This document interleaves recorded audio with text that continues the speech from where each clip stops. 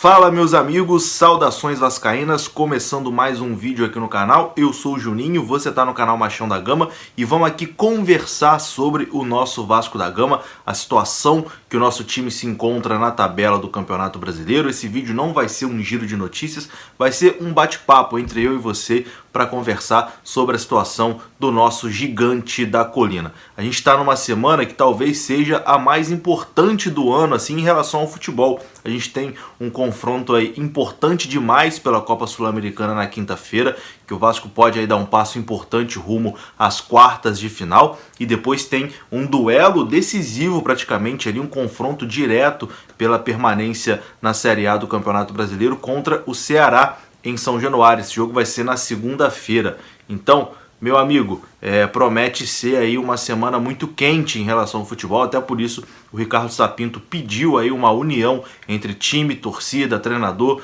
todo mundo para, enfim, tentar tirar o Vasco dessa situação que só a gente pode conseguir tirar o Vasco desse momento difícil. Então vai ser sobre isso o vídeo de hoje, vai rodar a vinheta. Antes de rodar, conto aí com o seu like e conto também com a sua inscrição. Estamos aí buscando 120 mil vascaínos aqui no canal, a sua inscrição é muito importante. Rodou a vinheta.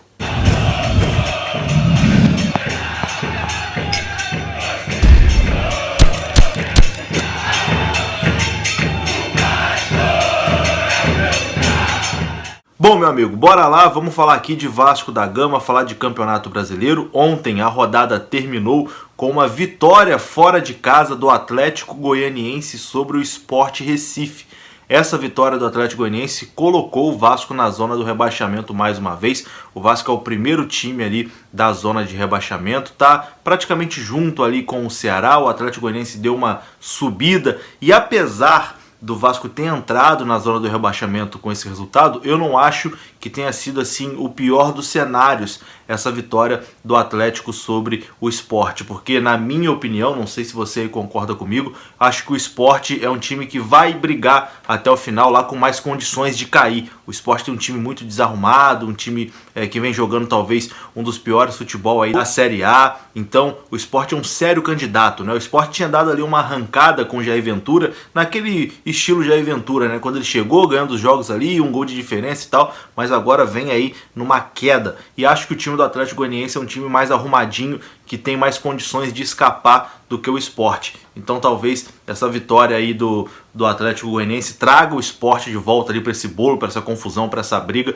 e seja mais um concorrente ali na luta contra o rebaixamento. E por isso que esse jogo do Vasco contra o Ceará se torna tão importante, né, na segunda-feira. No domingo não tem rodada por conta das eleições, né, dia de votar aí em algumas cidades no segundo turno das eleições municipais. Então a partida será na segunda-feira, Vasco e Ceará em São Januário. Você pode ver aí na tabela que os dois estão ali brigando, o Ceará é o primeiro fora e o Vasco é o primeiro dentro da zona do rebaixamento. Então é um confronto dificílimo e importantíssimo. O Vasco não pode deixar de vencer essa partida.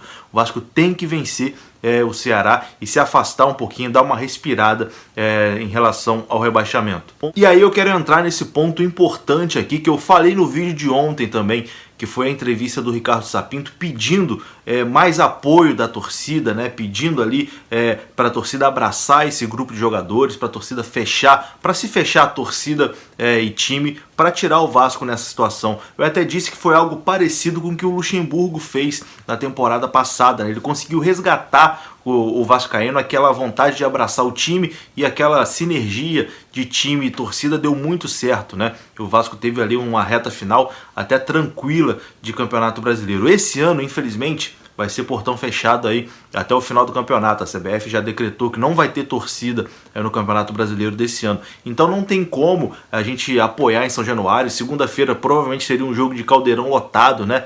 Ali, aquele típico jogo que fica abarrotado, mais de 20 mil pessoas para ajudar o Vasco a vencer, a conquistar esses 3 pontos. Dessa vez não é possível, porque a bancada vai estar vazia. A forma que a gente tem de ajudar é aqui na rede social, mandando mensagem positiva, aqui um passando força para o outro, né? Nós aqui vascaínos, e também tentar passar essa energia para os jogadores, né? Sem colocar mais pressão nesse grupo de jogadores, porque o Vasco é um grupo de molecada, né, cara? Pô, a maioria dos jogadores que estão ali no Vasco, cara, tudo bem que muita gente vai argumentar, os moleques já ganham 40, 50, 60 mil. Porra, beleza, eu nunca vou ganhar 50 mil reais por mês na minha vida, jamais, tenho certeza que nunca teria um salário desse, mas, cara, são seres humanos igual a gente também sentem pressão, se sentem pressionados, quando recebe ali um xingamento atrás do outro, se sente ali, enfim, mal com a situação, são seres humanos também, né? Então acho que foi nesse ponto que o Ricardo Sapinto tentou tocar na entrevista coletiva para a torcida abraçar esse time, porque é esse time, só esse time que pode tirar o Vasco dessa situação difícil.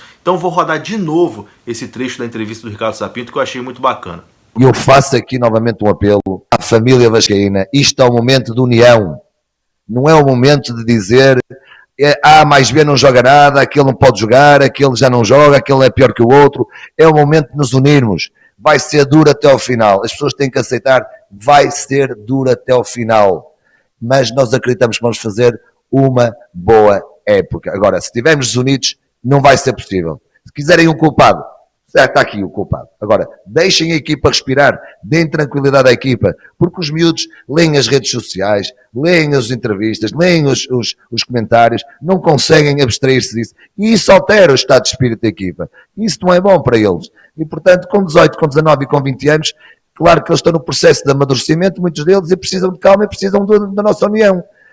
O que eu gostava de ver é os nossos 30 milhões ou 35 milhões, todos os jogos, a apoiarem-nos, porque vai haver momentos bons e vai haver momentos menos bons, e nós temos que aceitar. É a nossa verdade, é a nossa vida, e vai ser assim até ao final.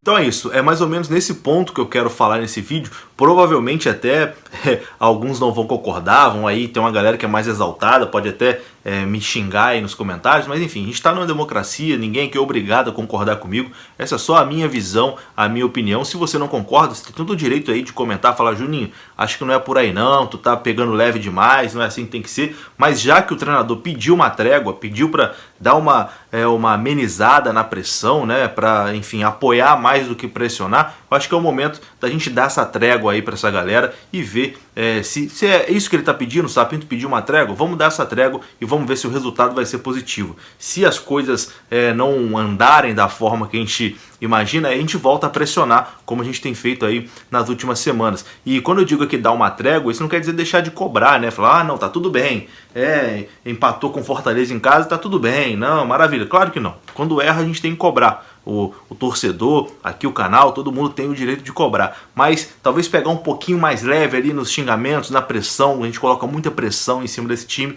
então talvez é nesse ponto que o Ricardo Sapinto tenha se manifestado. E agora falando especificamente do Ricardo Sapinto, eu vejo muita gente elogiando o trabalho do Sapinto, né, vendo uma evolução tática no time, que o Vasco evoluiu taticamente, defensivamente.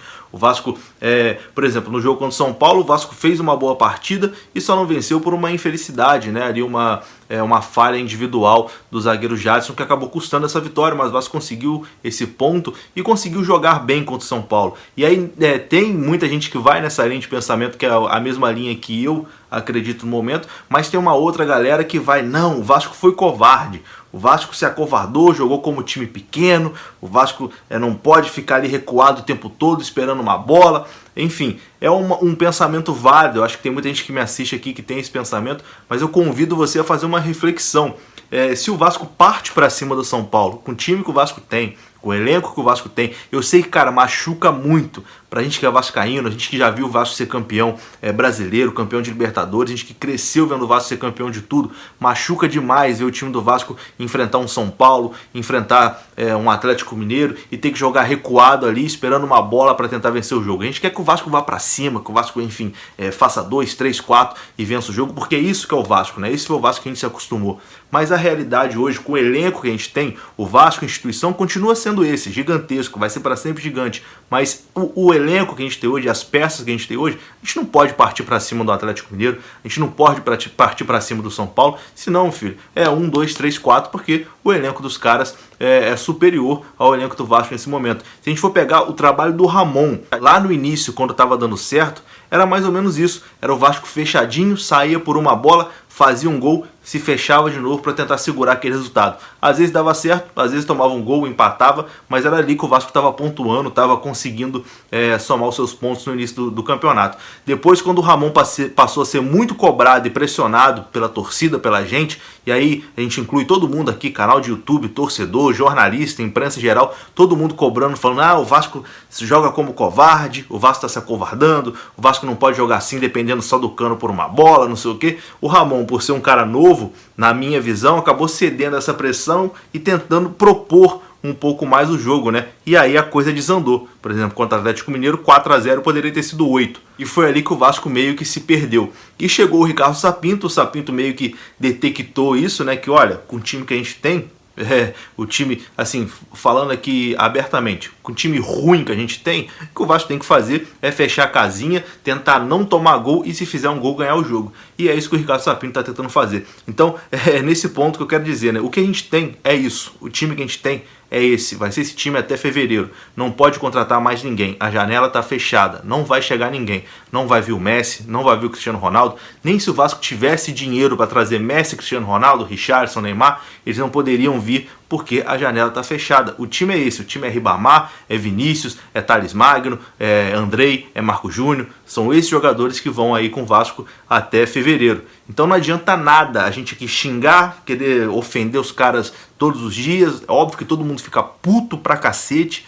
mas não adianta nada, são esses caras aí, eu xingando o Ribamar ele não vai virar o Pelé. Porque se ele fosse virar o Pelé, por conta dos meus xingamentos, ele já tinha virado o Pelé. Se o Marco Júnior, tanto que eu já xinguei o Marco Júnior, se adiantasse, ele já era o Messi, o Iniesta. Mas não adianta, né? Então é isso que tem até o final da temporada. Enfim, fique à vontade aí, se você discorda, fala, Juninho, não concordo não, acho que tem que ser cobrado mesmo, e é isso, enfim. É a sua opinião, a minha visão é de que no momento é de união, a gente tem que unir time e torcida e tentar aí de alguma forma salvar o Vasco, porque a temporada vai ser muito, muito dura, como o Sapinto disse, a temporada vai ser dura até o final, e a gente tem que estar junto aí com essa molecada para tentar salvar o Vasco aí desse descenso. E é isso, né? Vamos aí para essa semana decisiva, é clima de guerra, quinta-feira jogo na Argentina contra o Defensa e Justiça. Vamos provar para eles, que essa Cruz de Malta aqui, o Defensa e Justiça tem que se cagar todo e vamos passar deles aí, vamos para essas quartas de finais. Depois, se Deus quiser, pontuar 3 pontinhos em São Januário contra o Ceará para essa sinergia entre time e torcida aí voltar a dar certo. Enfim, os jogadores recuperarem a confiança, o Sapinto ter mais tranquilidade para trabalhar e a gente conseguir livrar o Vasco dessa situação incômoda e que 2021 seja um ano mais tranquilo, né? Um ano aí de virada de chave, um ano que o Vasco possa voltar a brigar por títulos. Tamo junto, um grande abraço, deixa aí o seu like. Volto hoje ainda para conversar mais sobre o nosso Gigante da Colina. Saudações vascaínas, até a próxima.